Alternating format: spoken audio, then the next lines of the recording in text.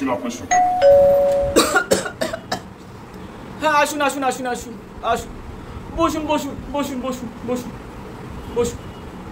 নমস্কার, আমি আপনার মেয়েকে একটু বিয়ে করতে চাই।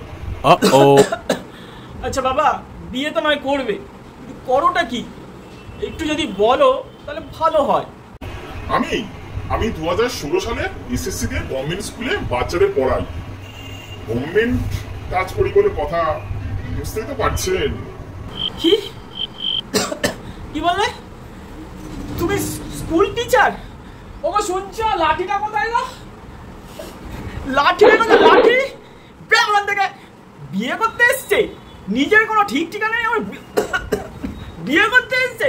এই লাঠি দেখেছি, লাঠির মানে না পত্তা গরম করে দেবো, বুঝেছিস? বেরোন থেকে। ঘরে আছেন নাকি?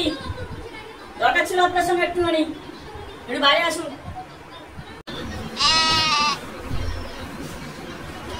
কেমন আছেন কাকু? ভালো আছেন? যে জন্য এসেছিলাম, আমি আপনার মেয়েকে বিয়ে করতে চাই। আপনি দেবেন কিনা বলুন,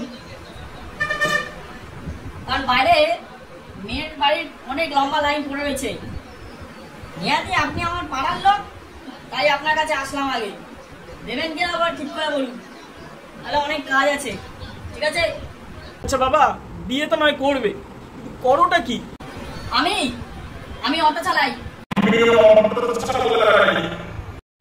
গড়িয়া থেকে যাদবপুর। 5টা অটো আছে, ভাড়া কাটে। আর সকালবেলা দুধ দিই বাড়িতে বাড়িতে,